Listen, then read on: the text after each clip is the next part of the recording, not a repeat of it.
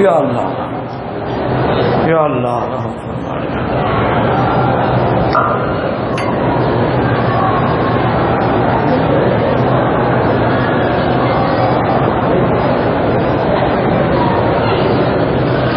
اگر کوئی عورت فوت ہو جائے، اپنے بچے کے لیے یا رشتہ داروں کے لیے میت رکھ دی جائے کہ انتظار کرو، یہ ناجائز ہے اور میت کو تکلیف ہوتی ہے۔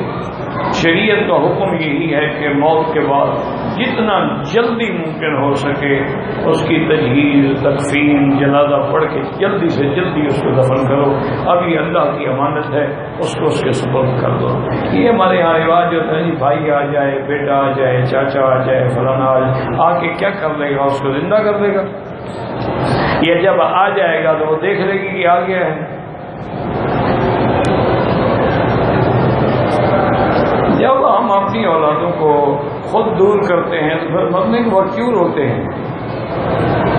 بات جو ہے الحمدللہ، جو نہیں ہے الحمدللہ۔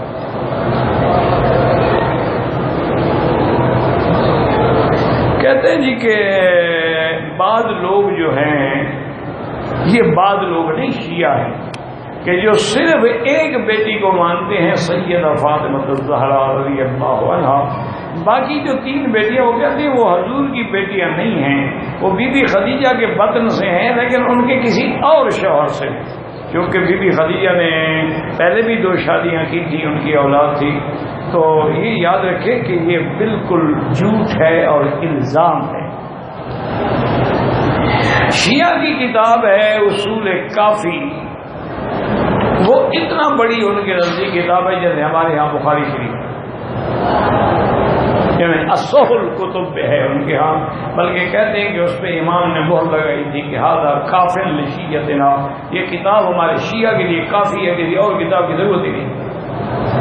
اس میں باقاعدہ لکھا ہوا ہے کہ حضور کی 4 بیٹیاں تھیں اور 3 حضور کے بیٹے تھے، اور سب سے چھوٹی بیٹی سیدہ فاطمہ الزہرا تھی۔ ٹھیک ہے، تو تمہاری کتابوں میں لکھا ہوا ہے، پھر نہ ماننے کا تو میرے پاس کوئی علاج نہیں۔ وہ مسئلہ مشہور ہے نا، ایک آدمی گیا تھا ملتان، کہتا ہے جی میں نے سارے ملتان والوں کو جھوٹا کر دیا۔ لوگ حیران ہو گئے، انہوں نے کہا یار ساری مخلوق کیسے جھوٹی ہو؟ انہوں نے کہا وہ جو کہتے تھے میں کہتا میں نہ مانوں، بس زیادہ وہ جھوٹے ہو گئے۔ تو اس کا علاج تو ہمارے پاس کوئی نہیں کہ جب تمہاری الصحل کتاب میں یہ لکھا ہوا ہے اور وہ عام کتاب نہیں ہے، یا کہو کہ بھی اصول کافی کی ہم نہیں مانتے، جھوٹی کتاب ہے۔ اچھا، اب دوسری وجہ سنو، اس کی وجہ کیا ہے؟ یہ کیوں نہیں مانتے؟ ان کو تکلیف کیا ہے؟ ان کو تکلیف یہ ہے کہ اگر یہ حضور کی بیٹیاں 4 مان لیں تو پھر بی بی رقیہ اور ام کلثوم کا نکاح حضرت عثمان سے ماننا پڑے گا، اور حضرت عثمان داماد مصطفیٰ اور نورین اسی لیے کہتے ہیں کہ ان کے گھر میں 2 نور اللہ نے بھیجی، حضور کی بیٹی رقیہ بھی اور ام کلثوم بھی۔ تو اگر یہ مان لیں 4 بیٹیاں، پھر حضرت عثمان کو بھی تو داماد مانے، اس طرح تو صرف حضرت علی کو ماننا پڑتا ہے نا، پھر تو حضرت عثمان کو بھی ماننا پڑے گا۔ اس لیے یہ ظالم انکار کرتے ہیں، اور کبھی یہ کہہ دیتے ہیں کہ دیکھو جی حضور کی بیٹی زینب کا نکاح جو ہے وہ کافر سے ہوا تھا، بالکل ہوا تھا۔ حضور کا نکاح جب بی بی خدیجہ سے ہوا ہے، کیا وہ مسلمان تھی؟ کوئی عقل کیا کرو نا بھائی، حضور پر تو ابھی نبوت بھی نہیں آئی، آپ کی عمر تو 25 سال تھی، اس کی عمر 40 ہے، وہ تو پہلے زمانے کے دین پہ تھی۔ اس دور میں کافرہ عورت سے نکاح جائز تھا، یہ بعد میں اللہ نے حکم دے دیا کہ مشرک سے نکاح والا عبد المؤمن خیر من مشرک، کسی مومن سے شادی کرو، کبھی مشرک سے شادی نہ کرو۔ بلا تنکحوا المشرکات حتی یؤمن، کسی مشرکہ عورت سے شادی نہ کرو جب تک وہ ایمان نہ لے آئے۔ یہ تو حکم بعد میں آیا ہے، پہلے تو نکاح جائز تھا۔ اچھا پھر تمہارے اعتراض کا فائدہ ہی کوئی نہیں، اللہ کی شان ہے وہ حضور کا داماد جو مسلمان ہو گیا، صحابی بن گیا، تو بات ختم ہو گئی۔ اس سے پہلے سارے کافر تھے، اسلام لانے کے بعد صحابی بنے ہیں۔ یہ ان کو بیماری ہے حضرت، جب جواب نہ دے سکے نا تو بنیاد، اسی لیے اب یہ حضرت حسن حسین کا نام لیتے ہیں، لیکن بی بی ام کلثوم جو بی بی فاطمہ الزہرا کی بیٹی اس کا نام نہیں لیتے۔ کیوں؟ اگر اس کا نام لیں تو حضرت عمر کو داماد علی ماننا پڑے گا، کیونکہ حضرت علی نے حضور کی، حضرت علی کی بیٹی ام کلثوم سے حضرت عمر نے شادی کی باقاعدہ، وہ ان کے نکاح میں آئے، تو اس لیے وہ اس بیٹی کا نام ہی نہیں لیتے۔ اچھا جب تک آپ نے دیکھا ہوگا شیعہ حضرت حسین کے جلوس تو بڑے نکالتے، کبھی حضرت حسن کا بھی نکالا ہے۔ اچھا حضرت علی کا بھی بس 40واں منوا لیتے ہیں اور باقی کچھ نہیں، ان کے لیے کوئی ماتم شاتم یا کوئی اپنا مار پیٹ کریں اپنے آپ کو، وہ نہیں کرتے۔ تو اس لیے یہ ایک جھوٹ ہے۔ حضور کی 4 بیٹیاں ہیں اور بنات اربع پہ الحمدللہ علماء نے کتابیں لکھی ہیں، اگر آپ نے نہ پڑھی ہو تو اردو میں بھی ایک کتاب ہے بنات اربع، حضرت مولانا محمد نافع تھے جھنگ کے علاقے، اللہ رحمت فرمائے فوت ہو گئے، معذور تھے لیکن بہت بڑے عالم تھے، انہوں نے بڑی اچھی کتاب لکھی ہے، وہ لے لو، اس میں سارے دلائل تمہیں مل جائیں گے۔ اسی طرح انہوں نے صحابہ کے لیے رحماء بینہم بڑی بڑی کتابیں لکھی، معذور ہو کر بھی لکھواتے تھے، لکھتے اور تھے۔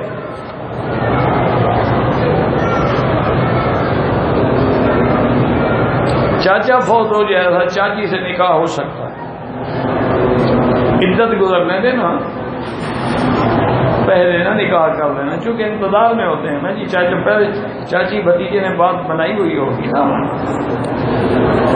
بس مرنے دو چاچے کو، بڈھے کو میں کیا کروں گی۔ انا للہ و انا الیہ راجعون۔ بھائی چاچا بھی تو ایک قسم کا باپ ہوتا ہے، ساری زندگی تم چاچی کہتے رہے، تمہیں شرم نہیں آئے گی؟ اور عورت نہیں کر سکتی دنیا میں۔ یا مصیبت پتہ کیا ہوتی ہے؟ یا ہوتی ہے جائیداد کی مصیبت۔ چاچی کے نام پہ 2-4 ایکڑ زمین ہوگی نا، یہ کہتا ہے کہ وہ کسی اور جگہ شادی کی تو وہیں چلی جائے گی، میں تو کیا۔ انا للہ و انا الیہ راجعون۔ بھائی میرا بھائی ممانی سے نکاح نہیں ہوتا، ہم چھوڑ دو، وہاں اپنے علاقے کے مفتی سے مسئلہ پوچھ لو، اچھی بات ہے، پھر اس کے بعد عمل کرو۔ مکہ کا مقیمی شوال میں عمرہ کرے تو کوئی دم نہیں، اگر حج کرے گا تو پھر دم تمتع دے گا، حج نہیں کرے گا تو کوئی دم نہیں ہے، 100 عمرہ کرے۔ اگر حج کیا تو حج میں عمرہ بھی ہو گیا، حج بھی ہو گیا، لہذا وہ متمتع بن گیا، تو اب تمتع کی بکری دینی پڑے گی۔ آپ کی طبیعت کیسی ہے آپ کے سامنے ہے میرا بھائی، اور میں کیا بتا سکتا ہوں؟ الحمدللہ الحمدللہ الحمدللہ بہت بہتر ہے۔ پہلے تو میں ایک قدم بھی نہیں چل سکتا تھا، ایک قدم میرے لیے اٹھا، نعوذ باللہ کئی دن تک تو وہیں میں بسترے پہ بیٹھے بیٹھے پیشاب کرتا۔ انا للہ و انا الیہ راجعون۔ اللہ نے گناہوں کے ازالے کے لیے، سیئات کو مٹانے کے لیے، یہ بھی اس کا نظام ہے کہ کبھی اپنے بندے کو تکلیف دے کے اس کے گناہوں کا کفارہ کر دیتے ہیں، اور کبھی اس کے درجات کو بلند کر دیتے ہیں۔ اللہ معاف فرمائے، یہ تو عجیب سی ایک بیماری تھی، اب تو اللہ کا شکر ہے، لیکن اب بھی یہی ہے کہ میں سجدہ نہیں کر سکتا، رکوع نہیں کر سکتا، منع ہے کہ اشارہ کریں لیکن جھکے نہیں۔ اللہ کرے گا آہستہ آہستہ، پہلے کھڑا بھی نہیں ہو سکتا تھا، تو اب میں فرض میں الحمدللہ کھڑا ہو جاتا ہوں، تاکہ فرض نماز میں کم سے کم۔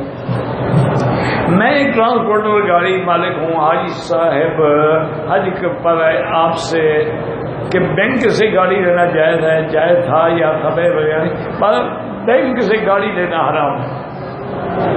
اگر بینک نے وہ گاڑی خرید کر کے اپنے پاس رکھی پھر بینک تمہیں گاڑی بیچتا ہے وہ جائز ہے. بینک سے پیسے لے کے سود پہ گاڑی خریدنا وہ حرام ہے. مسئلے کو سمجھا کر.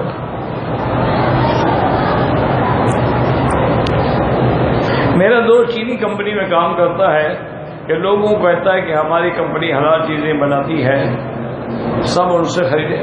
میرا بھائی جس کمپنی میں کام کرے گا تو ان کی خوشامد تو وہ کرے گا, باقی آپ تحقیق کر لیا کریں کہ حلال بھی ہیں کہ نہیں. کیونکہ چینی لوگ جو ہیں یہ ایسی قوم ہے, یہ تو ہر بلا کھا جاتی ہے. سام کھا جاتی ہے, بچھو کھا جاتی ہے, مینڈک کھا جاتی ہے, کچھوے کھا جاتی ہے, پتہ نہیں کیا کیا بلا, سانپ کھا جاتی ہے. یہ تو کوئی عجیب قوم ہے. اچھا ان کے ہاں ایک سانپ ہے, مجھے نام بھول گیا, وہ 700 اس کے ہانگ کانگ میں دیکھا تھا ڈالر جو ہیں وہ ایک یعنی سوپ پیالے کے ہیں 700 یعنی 350 ریال ایک پیالہ صرف سوپ کا. وہ کہتے ہیں جی یہ سانپ مدتوں کے بعد ہاتھ آتا ہے.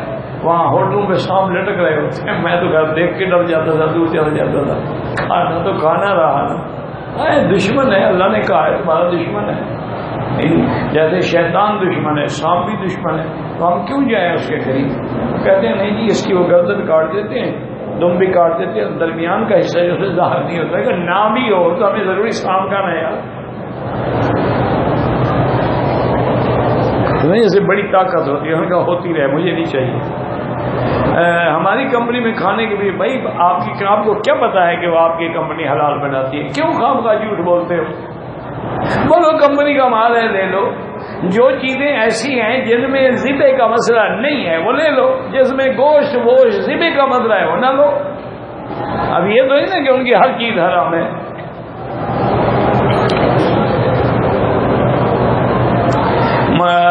مقام ابراہیم پر حضرت سیدنا ابراہیم کے پاؤں دیکھ کو خاص دعا نہیں ہے, وہی دعا ہے جو مقام ابراہیم پہ پڑھی جاتی ہے. مقام ابراہیم پہ جو 2 رکعت پڑھتے ہیں وہ حضرت ابراہیم کو بھی تو ثواب جا رہا ہے. اس سے بڑی دعا کیا ہو سکتی ہے.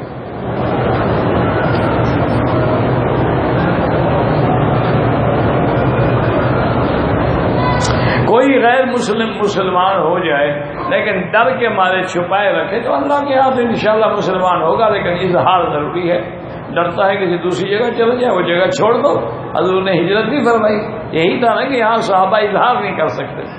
تو جہاں آدمی اپنے ایمان کا اظہار نہ کر سکے اور آدمی ایمان کے فرائض بھی ادا نہ کر سکے وہاں رہنے کا حکم نہیں. ہجرت کرو. وَمَن يُهَاجِرْ فِي الْأَرْضِ يَجِدْ فِي الْأَرْضِ مَرَاغِمَ وَسَعًا, اللہ اس کے لیے آسانیاں پیدا کر دیں گے.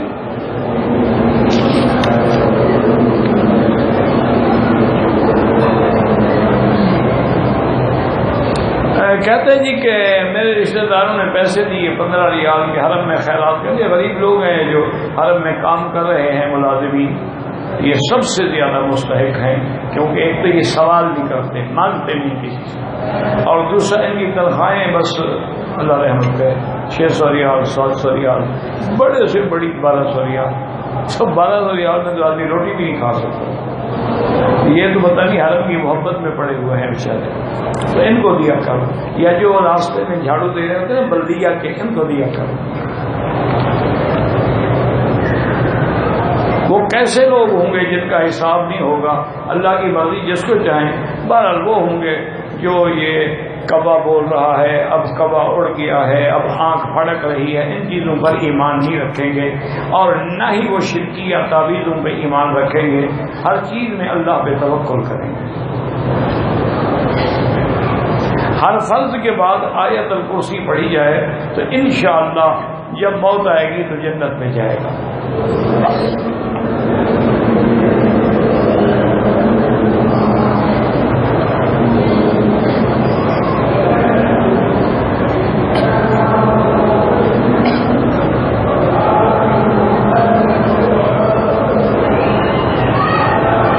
کہتے جی کہ میں یہاں کام کرتا ہوں, ایک آدمی کو پیسے دیے کاروبار کرنے کے لیے, اب وہ جناب بات بھی نہیں کرتا. یہ تو بابا سب کے ساتھ ہو رہا ہے, یہ صرف تمہارے ساتھ نہیں ہو رہا.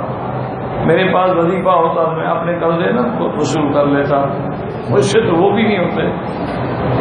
بہرحال کوشش کرو, اللہ تعالیٰ سے دعائیں مانگتے رہو, 2 رکعت پڑھ کے کیونکہ حکم ہے کہ ہر مصیبت کا علاج نماز ہے.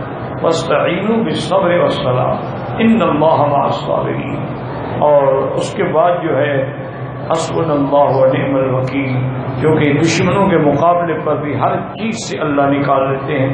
اللہ رحمت کرے گا، اللہ خیر کرے گا. باقی حالات ایسے ہیں کہ بس اگر زکوٰۃ کی رقم سے لوگوں کو افطار کرایا جائے بالکل جائز ہے، لیکن وہ غریب ہوں.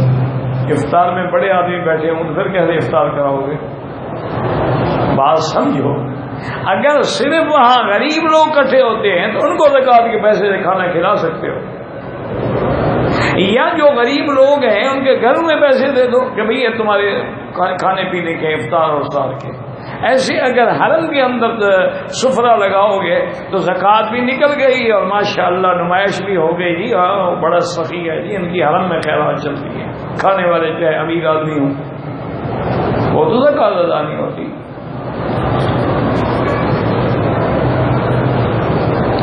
ہر 7 چکر کے بعد 2 رکعت نفل نہیں ہے، واجب الطواف ہے.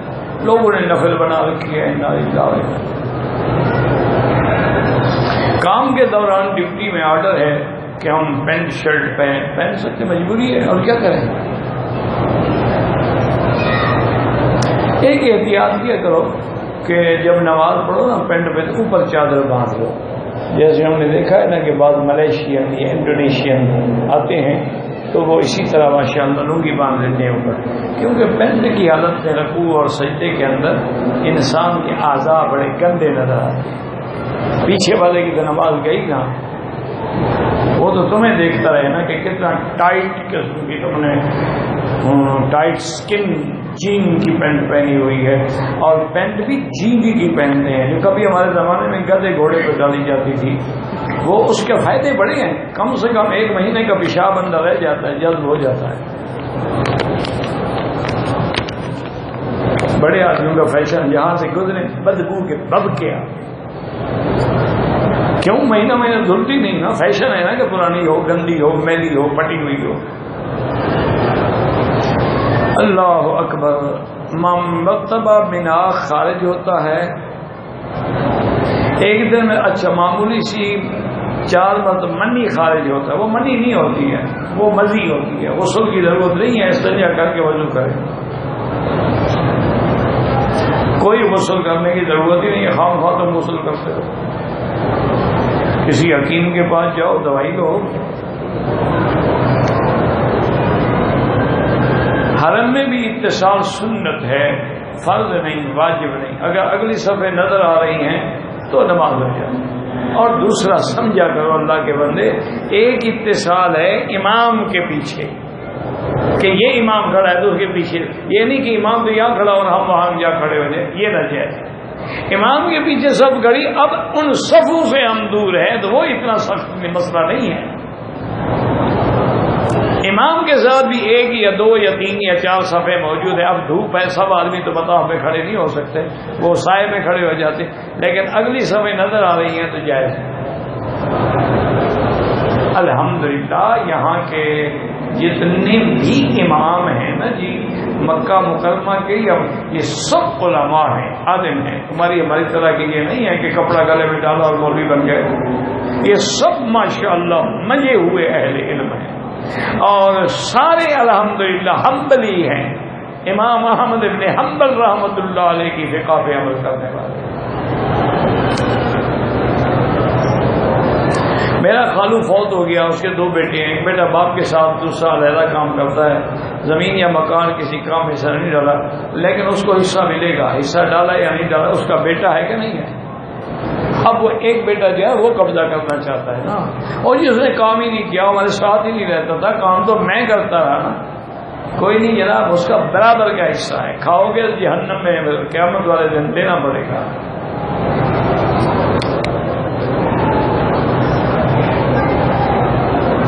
بعض چینل کہتے ہیں کہ امام حنیفہ شیعہ تھے، نعوذ باللہ ثم نعوذ باللہ.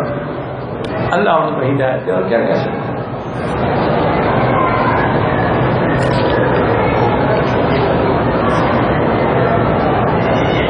کہتے ہیں جی کہ جدہ گھر میں احرام پہن کے نفل پڑھے کھٹمل پڑنے لگا، ہاتھ میں مر گیا، کوئی حاجت نہیں جناب، احرام کے بعد جتنے کھٹمل مچھر مار سکتے ہو سب مار ڈالو، کچھ نہیں ہوتا۔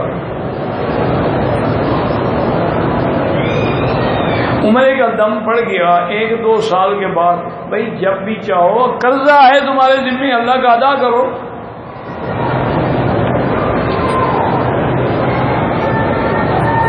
یا شہد ہو یا زیتون ہو یا کلونجی ہو، ان میں شفا ہے، جن میں جس چیز میں جن چیزوں کا ذکر قرآن پاک میں ہونا چاہیے، یاد رکھو کہ اس میں حکمت ہے، والتین والزیتون، اللہ نے قسم کھائی ہے۔ اسی طرح شہد کے بارے میں ہے کہ شفاء للناس، وہ سب کے لیے شفا ہے۔ اسی طرح کلونجی کے بارے میں آیا ہے کہ موت کو نہیں روک سکتی، باقی ہر بیماری کا علاج ہے۔ تو باقی یہ ہے کہ یاد رکھیں، لیکن اس علاج اگلے دن میں پڑھ رہا تھا، ایک بہت بڑے ڈاکٹر ہیں، ابھی وہ یہاں ہیں، عرب میں ہیں، ویسے باہر کے پڑے ہوئے ہیں، ایک بہت بڑی اسپتال میں ڈاکٹر، انہوں نے خود لکھا، انہوں نے کہا کہ میری شوگر جو تھی نا وہ 400 سے اوپر چلی گئی۔ وہ خود بڑا ڈاکٹر ہے، کہتے ہیں میں علاج کرا کے تھک گیا، آخر مجھے کسی نے بتایا کہ کچھ سب چیزیں چھوڑ دو، زیتون استعمال کرو۔ اور انہوں نے کہا کہ زیتون کا تیل جو ہے نا کہ شرط یہ ہے کہ خالص ہو، یہ ڈبے والا کیمیکل والا نہ ہو۔ انہوں نے کہا کہ 2 چمچ صبح نہار میں جب بسترے سے اٹھو نا کلی بھی نہ کرو، پہلے وہ پیو 2 چمچ، اور رات کو سوتے ہوئے بھی 2 چمچ جو ہے بڑے کھانے والے پھر زیتون کے وہ پی لو۔ انہوں نے کہا جی میں نے شروع کیا، الحمدللہ الحمدللہ، اللہ کا شکر ہے، اب 130 سے کبھی بڑی